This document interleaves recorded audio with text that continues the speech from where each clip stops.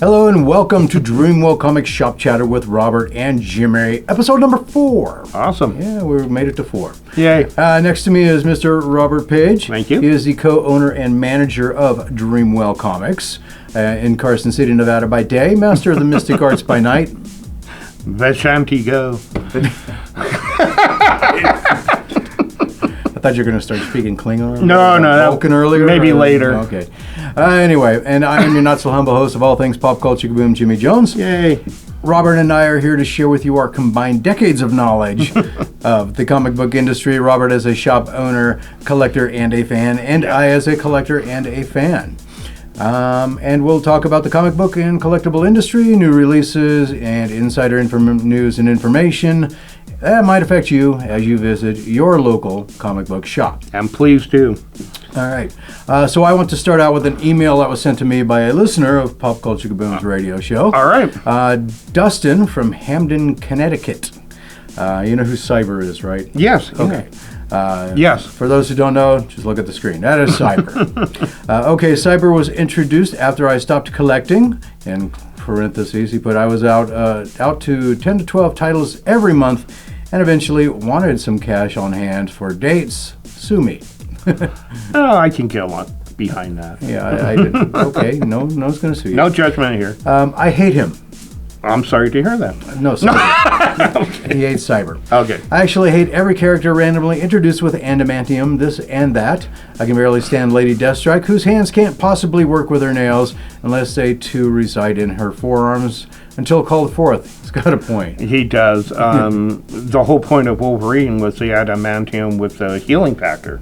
Yes, and here's the thing with Lady Deathstrike. She wouldn't be able to flex those fingers. I mean, Yeah. but there were other things going on with Lady Deathstrike, wasn't there? Like techno-organic virus it was, or something. and it was adaptive. Adaptive. I think it was adaptive. So Okay, yeah, so that she's got that going for her. She's I got guess. some stuff happening. But yeah, I can understand with Cyber. I mean, but anyway, but a dude with adamantium bonded to his skin who can still move? He's got a point. He does. I mean, right? Let's take Doctor Doom, for example. Doctor Doom is supposedly is stuck inside that suit of armor Right, that it's he armor. wears.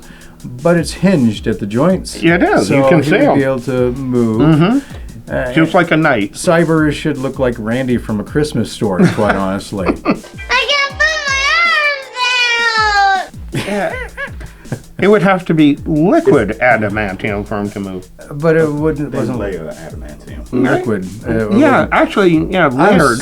I'm sorry. That's literally the dumbest thing I've ever heard of. And I'll happily accept with Colossus's organic steel, which is a good point because his body turns into it. So, and Right, but he does it's have his whole the- body, Yeah. and it is segmented in areas too. But every single time they reveal some other enemy with Wolverine's set of power set or origins or adamantium this or that, they cheapen him. The whole point is that he was the only one who could survive any of the adamantium process. Exactly. Because he was the only one with the healing factor. I even hate the Bone Claws retcon. Thank you. Me too. Me too. I've Me too. aired my grievances about that numerous times. Yes. I guess I always loved the idea of a person with absolutely defensive, non-offensive abilities being turned into a weapon through the use of those very same powers. I have no doubt the story itself is compelling. It's just a core concept that annoys me, and this character's design is terrible. Just terrible. I completely agree with Yeah, him. good points. But, which kind of leads into what we're going to be talking about today, Yes. which is fan obsession with characters. And fan opinion. My computer will cooperate with me here. It keeps jumping too quick. Fan opinion and obsessions about characters is always a topic. I mean, let's start with the term fan, which is whether you like it or not, is short for fanatic. So you're a fanatic if you consider yourself a fan. Yes. And people have their opinions of characters. Now, sometimes I've always shied away. Something I've always shied away from because I don't quite understand it. It is the my character can beat your character conversations. That was just something. It goes back to when I was in high school. I never understood Metallica is better than Megadeth. Right. That kind of argument that they always had. This and that's better than this and that. which I never understood. It's iconic and something that got fans, something that's iconic and got fans salivating when it was announced, but also a source of anger at the outcome of some of the conflicts. The advent of the Marvel Cinematic Universe and the DC Extended Universe has led to plenty of filmmaking comparisons being made between the two worlds. However, in the comics, fans didn't have to speculate how those two brands would battle against one another. DC versus Marvel answered any questions for them. The 1996 four-issue miniseries delivered on every promise, having the two factions battling against one another with significant conflicts, including Namor versus Aquaman, Yep. Elektra versus Catwoman, and Superman versus the Hulk. The story introduced Access, forged the amalgam. Amalgam. You are not the only one that has trouble with that word. Universe. I'm going to give you that. You're not Okay, the only good. one. Amalgam. Amalgam. It's called amalgam. Amalgam. It's an amalgamation of. Oh well, okay, I got you. Okay, so The Amalgam Universe, and actually decides a winner, with Marvel ultimately coming out victorious, which did not sit well with hardcore DC fans. Right. So the whole, I'm kind of a miss about it. I know that as a shop owner, you've got to have that come up all the time. We have that happen a lot, yeah. What? People discussing their favorite characters and how, because they're so adamant about their passion for the character, they elevate them to a whole new level that they shouldn't be capable of. See, I thought DC was just doing that on their own. No, Marvel now, I swear every Marvel character is an Omega level character. Oh yeah. I'm not kidding. Yeah, it's got. It's become ridiculous. Back in the 70s, it was pretty cut and dry who was who and who could do what. Now, whatever they want to do is what they do. Well, I can't think of a single character now in DC that isn't basically God level. You got Superman, who is basically God level. Yep. You got Wonder Aquaman. Woman. Wonder Woman is God level. But who's Except for Batman. No, he has his contingency plan. He can take them all out. Well, but yeah, and that's what that was the funniest tagline ever for any character. It's like I've heard people argue that too. Yes. The Batman can beat anybody with enough prep time. Yeah. Except for Mr. Fantastic. I can beat anybody with enough prep time. I mean, come on. This is not that hard. If I had enough prep time, yeah, I could beat somebody. You can beat him with any racer. Right. I can beat anybody. Just figure it out and find a nice hill with a sniper rifle. You got it made. Just saying. I mean, that's how much prep time you need. Yeah. Just know where they're going to be at a certain point in time, and yeah. So I just never understood the arguments, quite honestly. I never really got into them. Not really. I listen, but I don't really participate because I never really. And it's not even just relegated to just comic books anymore. No, it's everything. Now they got what if who would win between Superman and One Punch Man? Yes. Who would win between Superman and Goku? It's just gotten so silly. It's like, Kirk or Picard. yeah, that's silly too. Yeah. I mean, It just gets ridiculous because everybody knows it's Kirk. and there we have it, folks. There's an example of what I was talking about. All right, so why do you think Kirk would beat Picard? He set the standard for what a starship captain should be. Okay. Man of action, self-sacrifice. Man of action. Man of action. Yeah, See awesome powers. he pop had it up or all. something. He was the man. Picard, well, different times too when they were created, so, and different reasons why the characters were created. And Picard basically became a diplomat. Okay. So my question is about since we're talking about Star Trek, I've gotten all the way over there. We're in trouble. You're in trouble. I guess so. So the whole thing with Kirk is that he beat the Kobayashi Maru. Yes. I even pronounced that right. No, you did not. Kobayashi Maru. Whatever. But close enough. Everybody understands. I only talk while chewing gum. Anyway, so that's his kind of claim to fame as far as being a starship captain, right? No.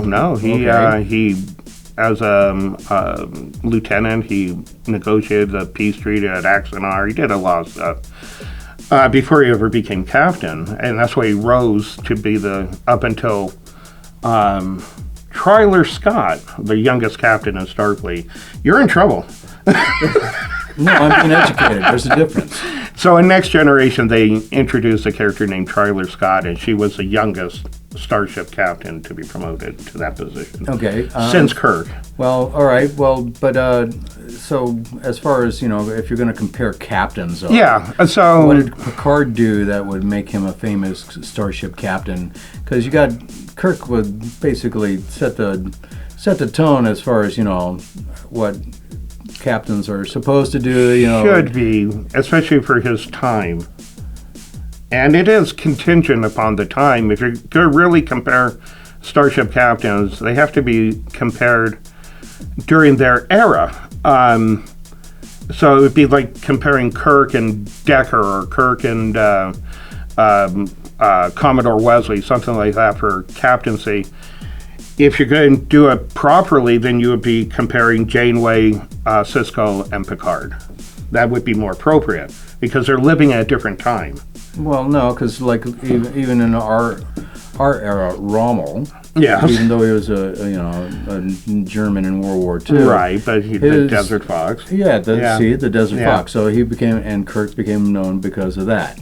What did Picard do to become a famous captain? He had the Picard maneuver, which was the very first thing that he became famous for. Okay. Outwitting a Ferengi starship that blindsided him. He didn't even know who he was fighting at the time. And act of desperation, he created this maneuver where it looked like two ships were on the screen at the same time, and the Ferengi targeted the wrong image. And so they managed to come in and disable the Ferengi ship and save their skin. It was a desperate maneuver, but he became famous for that. Okay, see now, Yeah. now we're getting See? somewhere. Now I know. Okay, and knowing's half the battle. Yes. But no, the whole thing with Kirk or Picard simply was because Next Generation was getting popular, and the people of that generation, if you will, that fell in love with Next Generation, decided that their captain was going to be the best, as opposed to the original, like me, rerun generation that grew up with Kirk. Okay, So yeah, I never got it. I just yeah, but for me it was kind of pointless because it's two different times. It's everything. well, let's talk about a little Yeah. bit about that whole DC and Marvel crossover thing. Yeah. So, because like right now, I think a lot of people are wanting to see like Wolverine versus Spawn, for example, and I have to think about it. I don't know why. me neither. I because they're both popular. Well, the whole DC Marvel crossover began with Superman and Spider-Man. Yes, in 1976.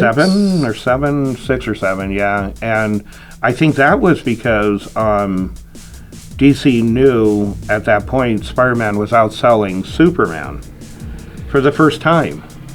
Superman was being dethroned as the number one selling book. And they got together, and that was genius putting them together, actually. Lex Luthor and Norman Osborn. I mean, Spider-Man, Superman, everything about it was awesome. But see, they didn't fight each other necessarily. They started to, and they did a cheap trick. They elevated Spider-Man's level for a while to Superman level, and So that they would I be on thought par. that's just See, and that's the problem. Yeah. there. So is that and it's not real. Then it's not a genuine contest of who they are. Superman was always brute strength. Spider-Man, most of his successes when he had them, because he has many defeats as he did victories. A lot of them were clever victories. It wasn't about brute strength with Spider-Man.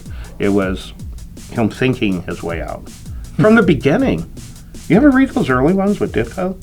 No. And Stan Lee? No. Oh my God! too expensive. Wow, you can get Not my era. We so. have the reprints here. Damn. You want to borrow some of mine? I don't know. Is this a public library? I'll let it slide for you. An example is the second issue of Amazing Spider-Man introduced a vulture, and he couldn't really handle some villain that could fly, and he used an anti-magnetic inverter. Can you say that? No. Okay. And by getting close enough, Straight up just say no. he figured out that the power in the wings for the vulture had to have been magnetically enhanced. And so he created a device that if he got close enough would disable the wings. And instead of punching them out, or he used his head. And is there any example of Superman doing the same thing? Being smart, no. Okay. Fair enough. Guess when you spend your childhood in Kansas. No, actually, when I was younger, I used to love reading 70s Superman up until they got Campy? pretty bad. Yeah. Yeah. Mr. Mixelplick. Mr. Very good. That you can say. Thank you. You can't say it. I can't say it now. Amalgam. I was going to say amalgam. See? Yeah, see, it's contagious. It is. Oh, that's Something in the hilarious. water. What did Tim say? He said somebody called it not amalgam, amalgam. I don't know. I have to ask him. There's like 2 or 3 different variations. pronunciations. Yeah, it's hilarious. I'm surprised anybody would be asking about them, but anyway. No, we actually do have people come in. It's still popular. Really? Yeah. See, I thought it was the dumbest thing I ever Wow. saw. Wolverine mixed with Batman. Dark Claw. Yeah, even the name sounds goofy. Yeah. But what do I know? Doctor Strange Fate. Yeah, that was the only one that was actually kind of That was clever, right? Yeah, that was The that was a good weirdest one was Thor and Orion. Thorian. That was odd. No, who was it? The green guy, the creeper, and I think it was Beast or Nightcrawler. Nightcrawler, and Yeah, I forget those what two. he was called. Dumb. Like Night Creeper or something. It's not, then I shouldn't get Night some money Creeper. for that. Okay. Bruce Wayne, Agent of S.H.I.E.L.D. Yeah. See, and it just got silly. It was got so pretty silly, bad. it's not even funny. Yeah. But so, I guess, what's the funniest conversation you've heard in the shop regarding character versus character? I had one of the it was kind of sweet in a way. Little boy came in with his mom, and could be his very first comic book. And so I was asking a few questions, like, well, what do you like and all that. Spider-Man, I have brought in some of my young readers' Spider-Man titles from my personal collection for the shop. And I had them out and took them back there, and he started going through it. And he found one with Green Goblin. And the mom says, okay, tell the nice guy, thank you, what your theory is, why the Green Goblin could take out any Marvel character. And I went, okay, well, why? He said, well, first off, he has a glider, and he has pumpkins, and he's smart. So he's scary, and he's got stuff to throw at people, and he can run away. And I went, you got it. Fair enough. And that's like from a 5-year-old. And then we've had conversations with adults that wasn't much better than that. Like what? Come on, share. Some of these stories. Oh, let me think. We had one, actually it was villains, Vulture versus Omega Red. See, I'd have to lean Omega Red because I like Omega Red. Right? See, exactly. But the consensus that they came up with, there was 2 or 3 people, was a Vulture because Omega Red's tentacles are finite. But it just has to be close enough to get him once. Just once. And then he has that death pheromone, so But he'd now- be draining his life force. I was gonna And he's say, an old man in the first place. It wouldn't take that much. well, yeah, So- but he gets young when he drains you. No, I meant the vulture. Oh, yeah, that's what I mean. The Vulture, when he drains your life force, he The gets vulture younger. drains your life force? Yes, you didn't know that? No. Yeah, they evolved him. He So evolved him. Adrian They Toomes- retconned him. Sort of. Well, they did all of them mostly. See, I thought that was the worst casting ever. They should have had what's his name? Ben Kingsley. That plays Picard. Oh, Patrick Stewart? Yeah, they should have had Patrick Stewart be the Vulture. He's got the head for it. Yeah. I mean, that would have been perfect casting there. One of them was, have they mentioned it, Spider-Man's greatest villain, most deadly villain. And there was the three of them, Venom, Green Goblin, and Dr. Octopus. Got a different one. You have one, Brian? Vermin. Vermin. Spider-Man has never beaten Vermin. No, that's It true. took Craven to beat Vermin. Yeah. All right, so let's get into some I want to hear your opinion. Okay. So here's a couple Excuse me. fan battles. Okay. So shall we say? Okay. Rhino and Juggernaut. Oh, that's a good one. I'd give it to Juggernaut Okay, why? because he's unstoppable. Only when he's in motion, though. Yeah, but Rhino's not going to be able to stop him, make him stationary. And Rhino, ultimately, at the end, under that suit, is just human. Well, so is Juggernaut. Yeah, but you can't under that helmet. And that helmet's clamped down. Okay, I don't think there's ever been a very fair Excuse me. comparison of this, but Iron Man and Doctor Doom. Oh, that's interesting. Because they both have armor, they both have weaponry Intellect. in their armor, and they Yeah. both have intellect. I would give it to Doom because all he has to do is pull out a bottle. Dang, you went for the alcoholism angle. Dang, that's messed up. All right, here's one that'll put two companies at odds with each Okay. other. Mr. Fantastic and Plastic Man. Mr. Fantastic. Plastic Man's a moron, Yeah, but he's indestructible. but he's also stupid. I mean, that's true. Yeah, so Reed would find a way to contain him. Ultimate nullifier. Yeah, Just like that. give him a lollipop, you know. he'll be Wow, fine. okay. Yeah, I was never a Plastic Man fan. Me neither. I yeah, never I- understood the concept, but supposedly. And then Elongated Man after Plastic Man? Yeah. Doom Patrol or the X-Men? X-Men. How come? Just because they're mutants and they're awesome. And what didn't you like about Doom Patrol? It'd be shorter if you asked me what I liked about them. Wow, okay. Okay, I'm honest. I was never into Doom Patrol. Let me scan the wall here. Let me see here. Yeah, there he is, the creeper. Yeah, I love the Creeper, actually. He was one of my favorites as a kid. He looks too much like Craven. Well, Steve Ditko created both, so yeah, with so I the- guess with there the could fur be. Yeah, thing on the yeah, you're back actually there. right. He looks too much like Craven for starters, but Craven. Well, what about Darkseid? Craven and, if he had jaundice is what he looks like. Right, So. yeah. But anyway. Give him a. Yeah. So anything else you want to add about this one? This particular topic? Well, I'm sure somebody's going to ask if anybody's still watching. Actually, no, I got one more for you. Do it, and then we'll do mine. Iron Man and Exo Manowar. Oh, that's an interesting one. Iron Man, Okay. because he has longevity. Valiant's gone. Well, we're not talking about sales, Chief. We're talking about character versus character. And he has a lot more character because he's been around a lot longer. Okay. So just According to your earlier quote, he has more character flaws, but anyway. we got. What about Socialite? Tony Stark or Bruce Wayne? Oh, you mean just like out there in their tuxedos Yeah. being rich and Yeah, drunk? who do you think would be more What, prolific? richer and drunker? Yeah, I mean, yeah. I don't know. I don't care. Really? Yeah. I was just thinking about some of the people they dated. There's a long list of stuff. Yeah, I gotta give it a Tony on that one. Okay. Yeah.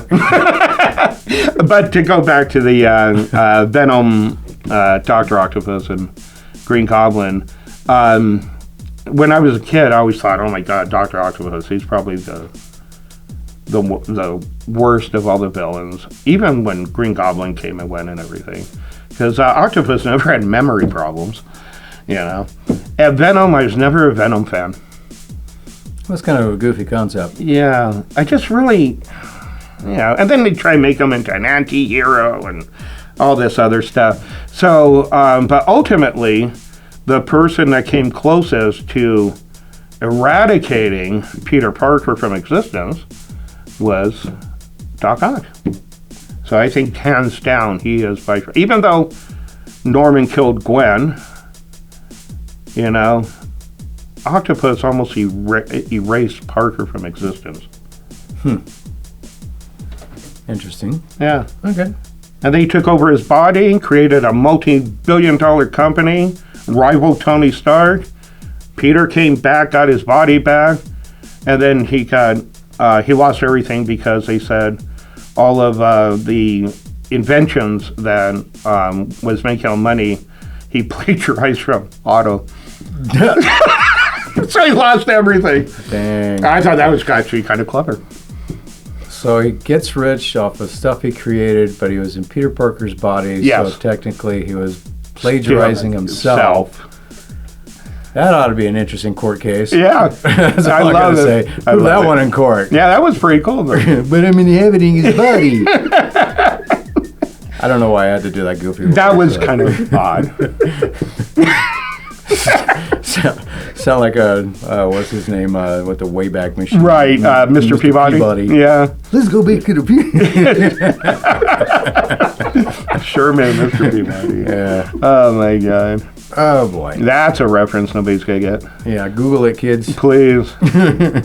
Anyway, so yeah, I don't have much more to add to this because that was never a Yeah. topic that I was involved in. I never went off there I always preferred if you get into rivalries. I mean, I preferred Sabretooth over Wolverine. Okay. Because Wolverine had the adamantium claws, can slice through solid steel like it Everything. was butter. Yeah. That goofy stuff. But you never saw Sabretooth in any of his battles with Wolverine getting shish kebabbed. No. I mean, he was never all sliced up like, I'm made of cake. Right. So, it's true. So he's got to be a better fighter, than Wolverine was. You were never a match for me, Wolverine! I find those much more interesting, like the matchups between the heroes and the villains and things like that. When I was young, I was reading Marvel Team Up, and that kind of ruined me for hero on hero clashes because every issue was the hero. One hero would come across another, and they would It was like Three's Company. It's a misunderstanding. Yeah, I misunderstood what you were doing. I'm so sorry. Let's team up and go after the real bad guy. They Every probably did this issue. one. Here's another one for you. They probably already did this one too. But Man-Thing versus Swamp Thing. Yeah. Yeah. Does Swamp Thing ever feel fear? I probably would against Man-Thing. Then he's toast. He would just burn. Well, smoldering pile of something. Yeah, I don't know about something. toast, Yeah. And then Pamela would come along and do whatever it is she does to regenerate him. Wow. Okay. I never understood that whole thing with the green in DC Universe. either. That got a little convoluted. The Yeah. green. Everything's part of the green. And it Animal Man. went nowhere. It really didn't. To this day. It still hasn't really. Yeah, they still. And Poison Ivy, they still reference it. They do. And it's like when DC created that term meta. Oh, Yeah. Metahumans. Which I hated. I really didn't like that. I didn't need anything, labeled. I was smart enough to know that if you're a superhero, you're probably meta.